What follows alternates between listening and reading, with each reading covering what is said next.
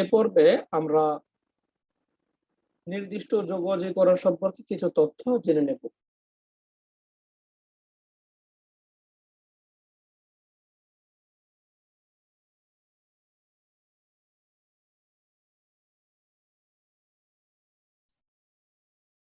এটাকে আমরা ইংরেজিতে বলে থাকি definite integral.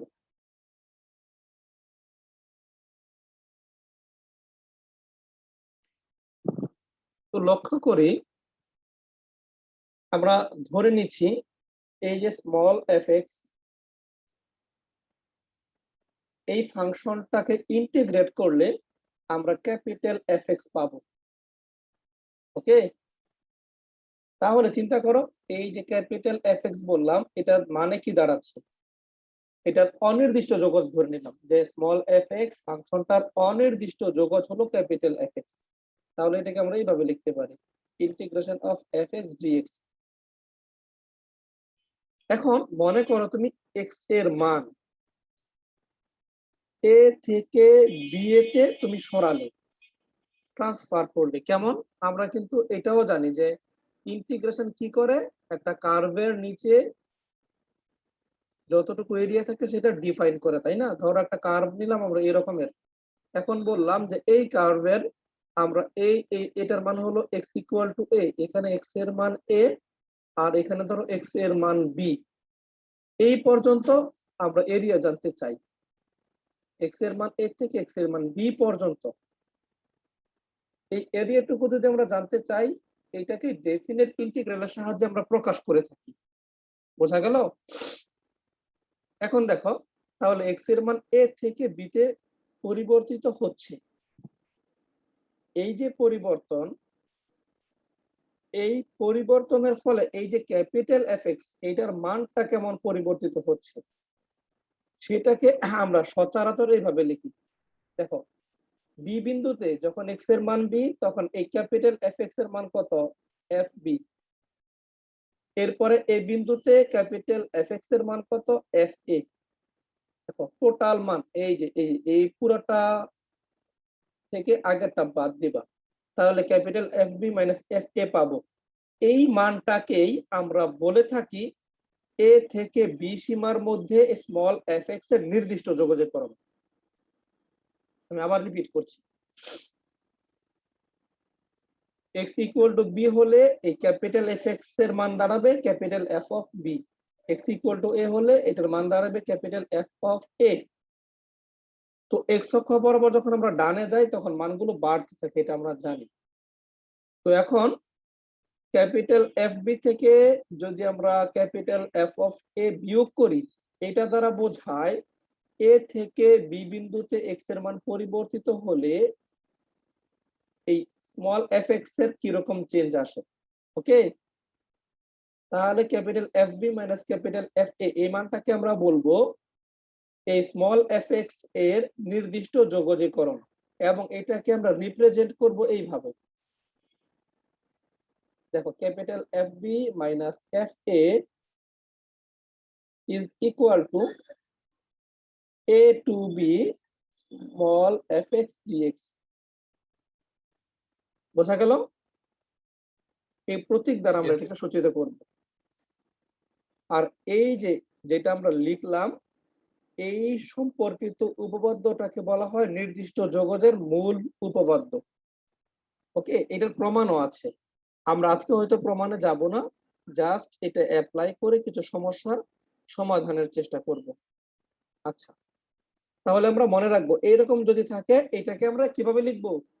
F B minus F A. Okay, আমরা একটু এক্সাম্পলে আসবো, তখন এগুলো ক্লিয়ার হবে আরো। আচ্ছা দেখো এই তথ্যটাকে, এই যে ডান পাশের তথ্য, এটাকে এই ফরম্যাটেও লেখা যায়।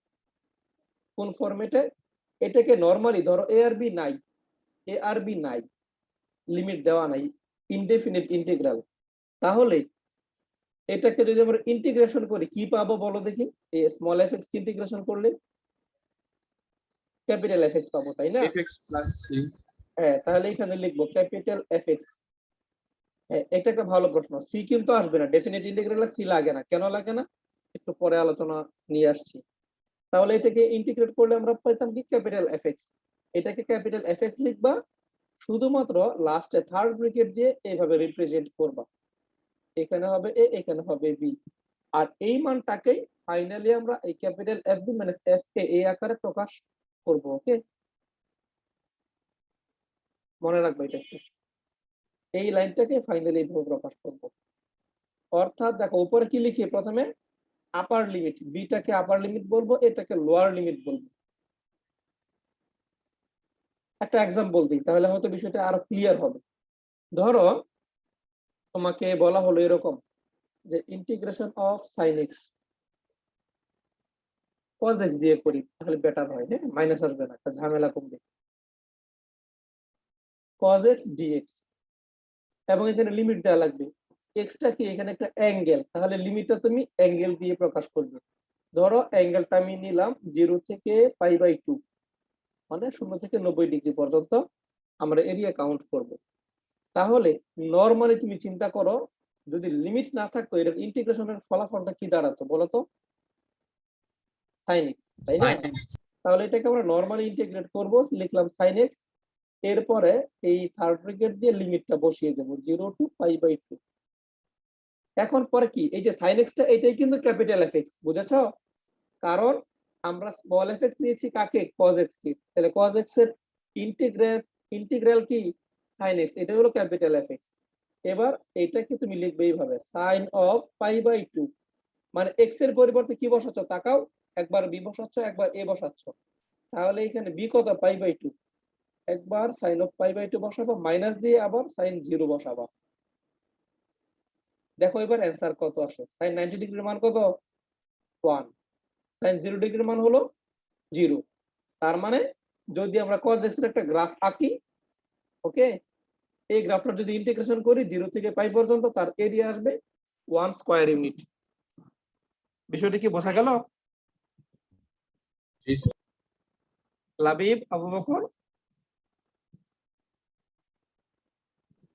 জি স্যার। আচ্ছা, এবার দেখো, হ্যাঁ, নির্দিষ্ট যোগজীকরণে কেন সি থাকে না, এটা বিভিন্ন ভাবে আমরা ব্যাখ্যা করতে পারি, তবে আজকের জন্য আমি সিম্পল একটা ব্যাখ্যা দিয়ে রাখি।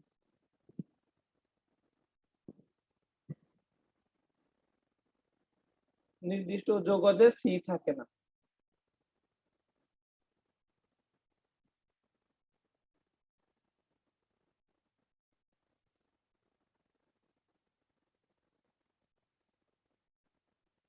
বা সি ব্যবহৃত হয় না। আচ্ছা ধরো আমরা এই একটা এক্সাম্পল দিয়ে দেখাই। আমরা ধরে নিচ্ছি যে এই স্মল এফ এক্স, এটাকে ইন্টিগ্রেট করলে আমরা নতুন একটা ফাংশন পাবো, সেটাকে ধরলাম জিএক্স। ওকে, এখন যদি এর লিমিট দেই আমরা, ধরো লিমিট দিলাম, এটা লিমিট দিলাম এ টু বি লিখলাম। এখন আমরা নরমালি ইনডেফিনিট ইন্টিগ্রাল এখানে একটা সি ইউজ করি। ধর আমি সি প্রয়োজন বোধে আমরা লিখলাম, আমার ইচ্ছা হলো সি ব্যবহার করলাম। এখন আমরা কি করব, যেহেতু ডেফিনিট ইন্টিগ্রাল, এটাকে থার্ড ব্র্যাকেট দিয়ে আপার লিমিট লোয়ার লিমিট লিখবো, তাই তো? লিখলাম এ টু বি। এরপর আমরা কি করি, একটু আগে যা শিখলাম, এক্স এর পরিবর্তে একবার বি বসাবো, এরপরে মাইনাস দিয়ে এ বসাবো, তাই তো? মানগুলো বসাও, লিখো জি অফ বি প্লাস সি তো থাকবেই, এখানে এক্স নাই, এখানে তো আর কিছু বসানোর নাই, তাহলে সি সি এর মতো থাকবে। এরপরে মাইনাস দিয়ে আবার আমরা কি বসাবো, জি অফ এ প্লাস সি। এই লাইনটা কি বুঝেছো সবাই?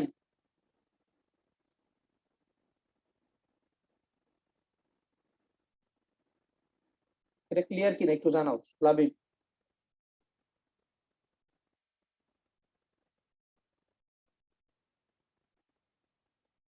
হ্যাঁ, তোমরা কি লাইনটা বুঝেছো, একটু ফিডব্যাক দাও।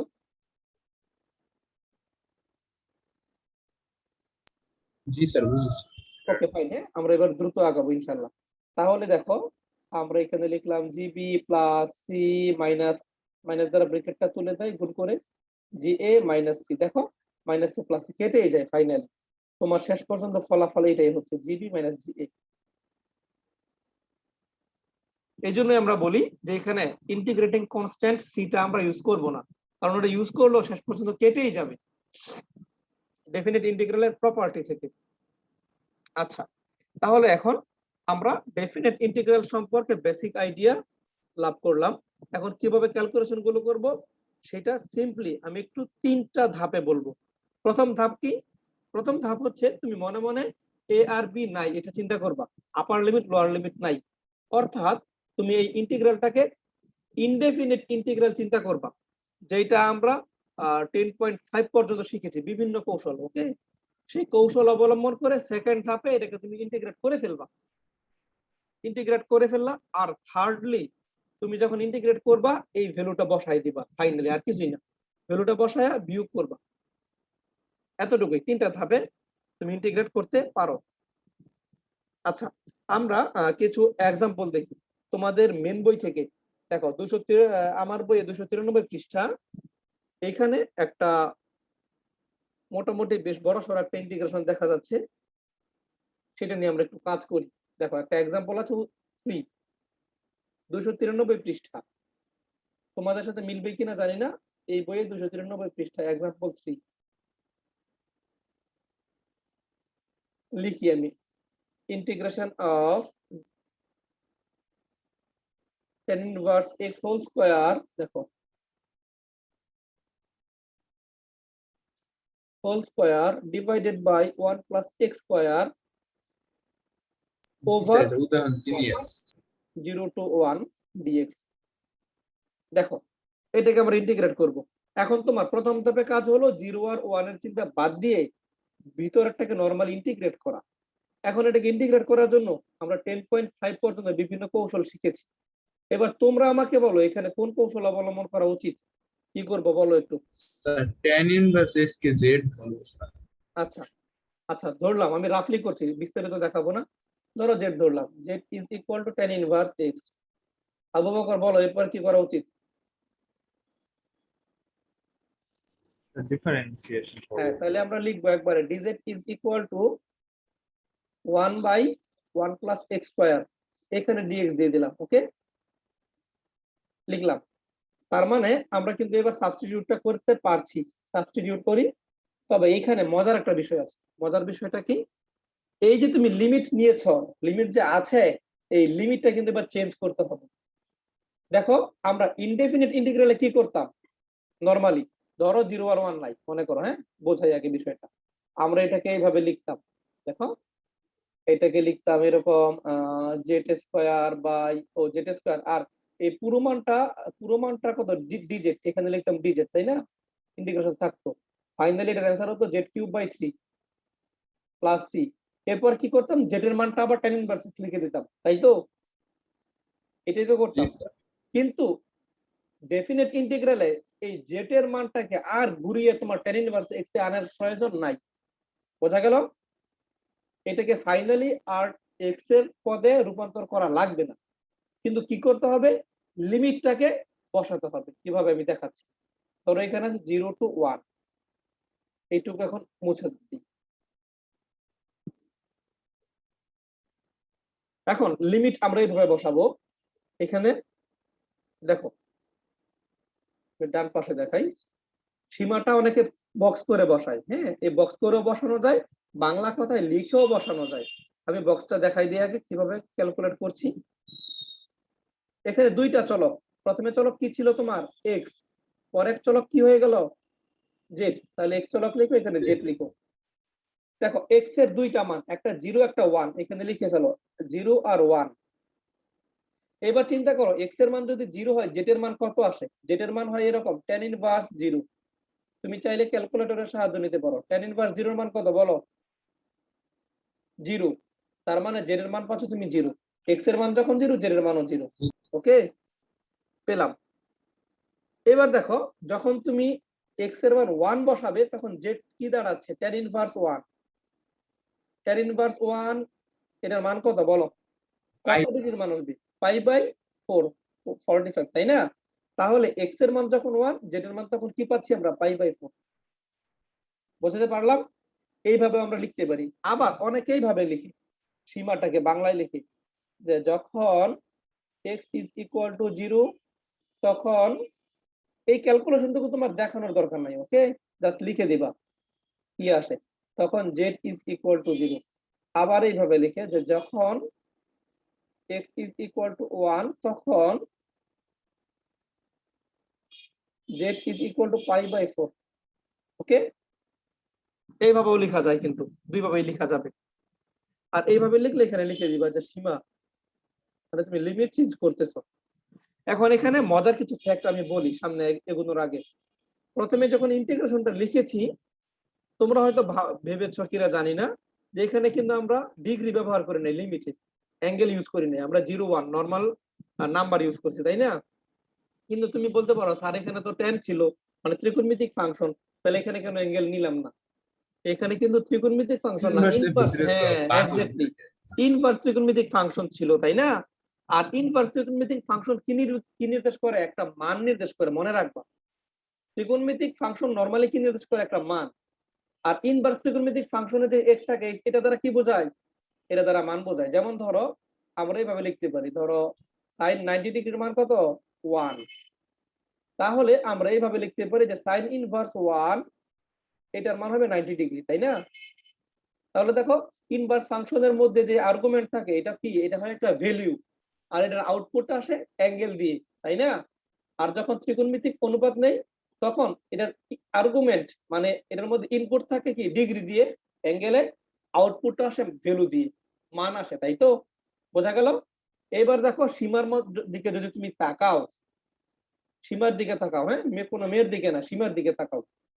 দেখো এই যে x ছিল কি তোমার একটা মান, যখন তুমি এটাকে জেড এর মাধ্যমে কনভার্ট করে ফেলছো, ওকে, জেড এ কনভার্ট করছো, তাহলে এখান থেকে আমরা কি লিখতে পারি? x is equal to tan inverse z। দেখো x is equal to tan z, তাহলে এই এই জেডটা কি হবে আলটিমেটলি? এখানে জেডটা কিন্তু অ্যাঙ্গেল হবে। দেখো জেড কিন্তু অ্যাঙ্গেল হচ্ছে 0 ডিগ্রি 45 ডিগ্রি। বোঝা গেল? ওকে, তাহলে অনেকগুলো ফ্যাক্ট বললাম, একটু মনে রেখো, কাজে লাগবে ইনশাআল্লাহ। তাহলে এগুলো মুছে দিই, এগুলো আমার আর দরকার হচ্ছে না আপাতত। এবার ক্যালকুলেশনটা সামনে নিয়ে যাও। ফাইন, তাহলে লিমিট গুলো এবার নতুন ভাবে ইউজ করব, আমরা লিখব 0 জন্য 0, 1 এর জন্য পাই বাই 4, আর এই tan ইনভার্স x এটাকে ধরেছি z, হয়ে যাবে z স্কয়ার, আর 1 by 1 plus x square dx, এটার মান হবে কত? dz। এবার খুব সাধারণ ভাবে আমরা ইনডেফিনিট ইন্টিগ্রালের মতো করে এটাকে ইন্টিগ্রেট করব। ইন্টিগ্রেট করলে আমরা কি পাবো? 1/3 z কিউব। সি আর প্রয়োজন নাই, এরপরে থার্ড ব্র্যাকেট দিয়ে লিমিটটা বসাবো 0 টু পাই বাই 4। এবার মান বসাও, একবার 1/3 তো থাকলোই, এখানে হবে z টু দি পাওয়ার, এখানে কত আসবে? Pi by 4। হ্যাঁ লিখো, পাই বাই 4 কে তুমি কিউব করো, পাই বাই 4, এখানে এটাকে কিউব করো, এরপরে মাইনাস দিয়ে 1/3 থাকবে, আবার এই z এর পরিবর্তে 0 বসাও, 0 কে কিউব করো। এবার দেখো অ্যান্সার কত আসে ফাইনালি, দেখো তো কত আসে। 0 হলে তো এটা ভ্যানিশ I হয়ে যায়, cube by 192. তাহলে উপরে হলো পাই কিউব, নিচে হলো 4/64, 64 3 দ্বারা গুণ করলে 192, এটাই অ্যান্সার।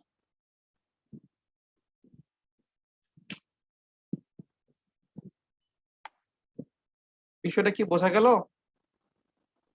Yes, sir. আমরা পরের আরেকটা एग्जांपल দেখে এক্সারসাইজে যাই একটু। তোমরা কি লিখেছো সবাই? Yes. আচ্ছা, উদাহরণ 4টা একটু দেখি, জাস্ট এগুলো প্র্যাকটিসের জন্য আমি দেখাচ্ছি। 4 example 4, integration of 0 to pi by 2, এটাকে পড়বো আমরা এইভাবে, integration of 1 plus cos x whole square into sin x with respect to x over 0 to pi by 2। আবার বলি, integration of 1 plus cos x square sin x over 0 to pi by 2 এভাবে পড়তে পারি আমরা। আচ্ছা, এখন নরমালি তুমি বুঝতেই পারছো এখানে 1 প্লাস cos x কে z ধরা দরকার অথবা u ধরা দরকার, ধরে নাও। ডিফারেন্সিয়েশন করো লাবিব, তাহলে হবে dz ইজ ইকুয়াল টু 0, এখানে আসবে আমাদের sin x dx। এবার লিমিট বসাতে হবে, অবশ্যই লিমিটটা বসিয়ে নিবে, নইলে কিন্তু আগে লিমিট দিয়ে ক্যালকুলেট করলে মিলবে না আমার।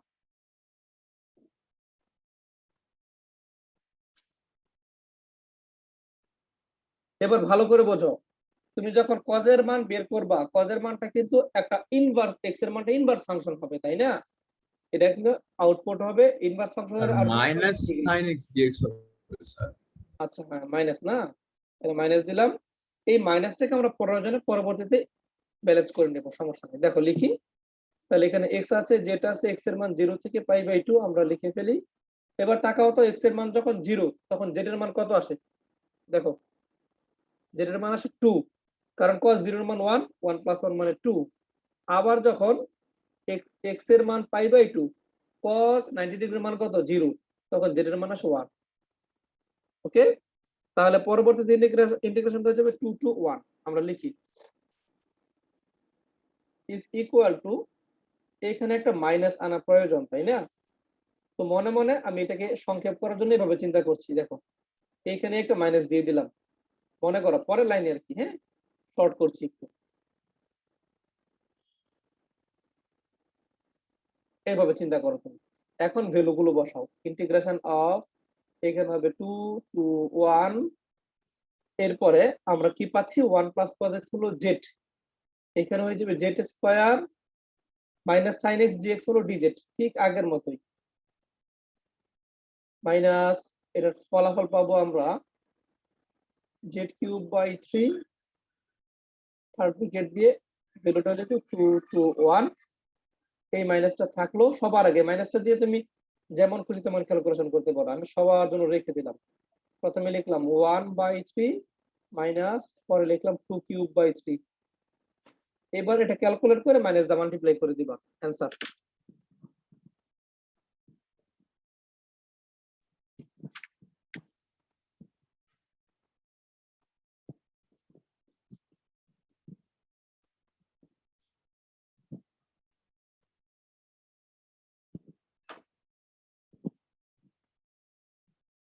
অ্যানসারটা একটু বের করে নিও। 7/3 স্যার। হ্যাঁ, যা আসে ওইটাই অ্যানসার। ওকে, আচ্ছা, তাহলে আমরা কিছুটা আইডিয়া পেলাম।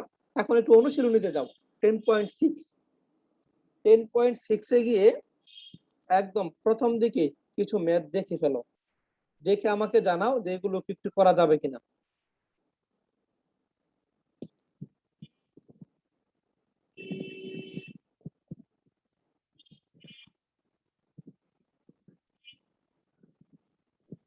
একের 3 ম্যাথ কি স্যার ওই যে 1/u ধরতে বলছেন ওই সিস্টেমের হবে? একের 3, আচ্ছা ওটা কিন্তু জি ওইভাবে জি হবে না এক্স্যাক্টলি, আমি একটু বলি, জাস্ট মিনিট দাঁড়াও দেখি। দেখো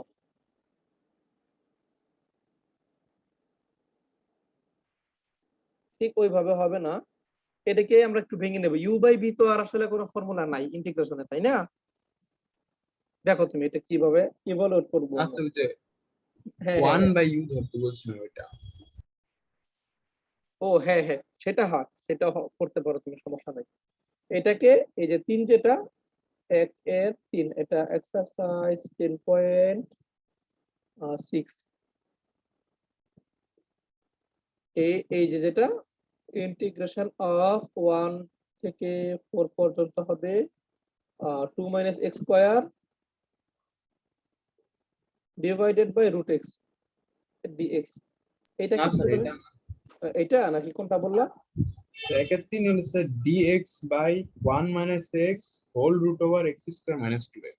ও আচ্ছা, তাহলে মনে হয় আমার এই বইটার মধ্যে এটা মিলছে না। আচ্ছা ঠিক আছে, এক মিনিট, তোমার যেটা বলেছো আমি সেটা লিখে একটু প্রুফটা করে দেই, হ্যাঁ তাহলে তুমি আপনার ইজি হবে, একবারে দেখিয়ে দিও এটা লিখে।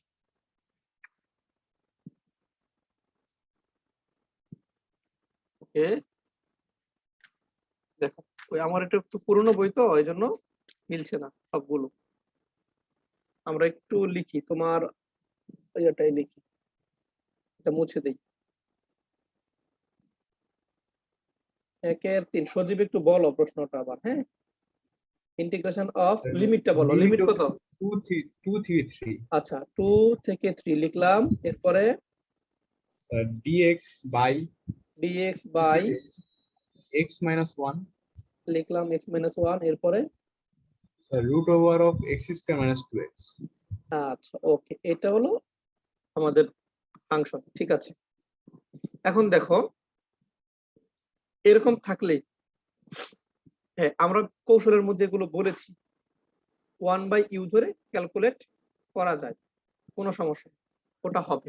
দেখো এখানে আবার তুমি চাইলে যদি রুটের ভিতরে x minus 1 কোনোভাবে আসতো, ক্যালকুলেশনটা কি একটু ইজি হতো না? দেখো হতো কিন্তু। এইটা থেকে আমরা এইভাবে ইভালুয়েট করতে পারি, কিভাবে চিন্তা করো, এই x square minus 1 whole square, এটাকে তুমি একটা পূর্ণবর্গ তৈরি করো। দেখো আমরা ফর্মুলাগুলো এইভাবে শিখিয়েছিলাম হোল স্কয়ার দিয়ে। আমরা একটু লিখি 2 থেকে 3, একটু মনে করে দেখো তো আমরা কিভাবে কমপ্লিটিং স্কয়ার করি। x এর সাথে যে সহগ থাকে তার অর্ধেক নেই। দেখো আমি ডান পাশে দেখাই, x এখানে 2x আছে, হ্যাঁ, তাহলে মাইনাস দিয়ে অনলি একটা 1 নিবা, এটাকে হোল স্কয়ার করবা। এরপরে যদি আরো কিছু থাকে সেটা লিখবো, না থাকলে না লিখবো, লাস্টে আবার 1 স্কয়ার বিয়োগ দিব। আর যদি এটা না বোঝো এইভাবে দেখো, x স্কয়ার মাইনাস 2x, এখানে যদি মনে মনে একটা 1 মাল্টিপ্লাই করো আর যদি একটা 1 স্কয়ার যোগ করো, সূত্র হয় না? সূত্র জি স্যার হয়, এরকম। হ্যাঁ, কিন্তু আমরা তো এটা বাড়তি নিচ্ছি, এটা তো ছিল না, তাহলে এটা ব্যালেন্স করার জন্য -1 স্কয়ার করে দাও। শেষ পর্যন্ত এই যে এইটুকুর মান কত হবে, এই বক্সটুকুর মান হবে x minus 1 whole square minus 1 square, একই কথা লিখলাম, x minus 1 whole square minus 1 square মানে 1। এইবার দেখো তুমি আমি যে কৌশলগুলো শিখিয়েছিলাম ওইটার ফরম্যাটে পড়ে যাচ্ছে, তাই না? এখন আমি x minus 1 কে যদি u ধরি বা z ধরি তাহলে ক্যালকুলেশন ইজি হয়ে যায়, সিম্পল, একদম সিম্পল হয়ে যায়। তাহলে ধরে নাও তুমি যে z is equal two x minus 1, তাহলে ডিফারেন্সিয়েশন করলে পাচ্ছি dz ইজ ইকুয়াল টু, এখানে হবে 1 ইন্টু dx, তার মানে dx, আর dx এর মানে কি পাচ্ছি dz, মানগুলো এখন বসাও আর একটু লিমিটটা চেঞ্জ করে নাও, হ্যাঁ। x এর মান যখন 2, চিন্তা করো তো x এর মান যখন 2, z এর মান কত হয় 1, x এর মান যখন 3, z এর মান হয় 2। এবার দেখো dx এর মান পেলাম আমরা dz, লিখলাম dz, নিচে হবে z root over z square minus 1। ঠিক আছে এই পর্যন্ত? এইটা একটা ফর্মুলায় পড়ে গেছে, মনে করে দেখো, সরাসরি ফর্মুলা। কোন ফর্মুলা বলো দেখি, মনে আছে কিনা? sec inverse, sec inverse z। এবার লিমিট বসিয়ে দাও 1 থেকে 2, এবার একবার z এর মান 2 বসাবা, আবার মাইনাস দিয়ে z এর মান 1 বসাবা, যা আসে অ্যানসারে, sec inverse 2 minus sec inverse 1। ওকে, এইভাবে করে নেব। আচ্ছা আর যাবো। মাঝে মধ্যে দেখা যায় স্যার এক লাইনের মধ্যে x আর z স্যার দুইটাই চলে আসে স্যার, তখন ও স্যার লিমিট আচ্ছা কি আচ্ছা বসে? আচ্ছা, তখন কি করব, ধরো কথার কথা যদি এরকম আসে তুমি কোনোভাবে রিপ্লেস করতে পারছো না, হ্যাঁ, তখন এই লাইন থেকে একটু লক্ষ্য করবা, যে লাইনটা তুমি জেড ধরছো, এই লাইন থেকে এক্স এর মান কত আসবে, এক্স এর মান আসবে জেড প্লাস 1। তাহলে যে এখানে সরাসরি মান রিপ্লেস করা যায় না, এক্স থেকে গেল, ওই এক্স কে তুমি এইভাবে চিন্তা করে নিবা। জি স্যার বুঝতে এখানে কিন্তু এক্সটা সরাসরি দেখো, এই যে ডিএক্সটা কিন্তু ডিজেড এর মাধ্যমে রিপ্লেস হয়ে যাচ্ছে, কিন্তু কোনো কারণে একটা এক্স থেকে গেল, ধরো সব ঠিক আছে, এখানে তোমার একটা এক্স থেকে গেল, এবার আমরা কি করব, এইবার এটাকে আমরা জেড প্লাস 1 লিখবো, দেখো জেডে চলে গেছে। এটা কোনোভাবেই কোনোভাবেই দুই চলক দিয়ে এট এ টাইম ইন্টিগ্রেট তুমি করতে পারবা না, এটা মনে রাখবো, যে কোনো এক চলকে রূপান্তর করতে হবে। আচ্ছা আমরা আজকে যতটুকু শিখলাম আমরা একটু প্র্যাকটিস করব 10.6 থেকে, যতদূর করতে পারো তোমরা। যেখানে যেখানে প্রবলেম হবে ঠিক আগের মতো আমাকে বলবা, পরবর্তী ক্লাসে ইনশাআল্লাহ ওগুলোর সমাধান করে দেওয়ার চেষ্টা করব।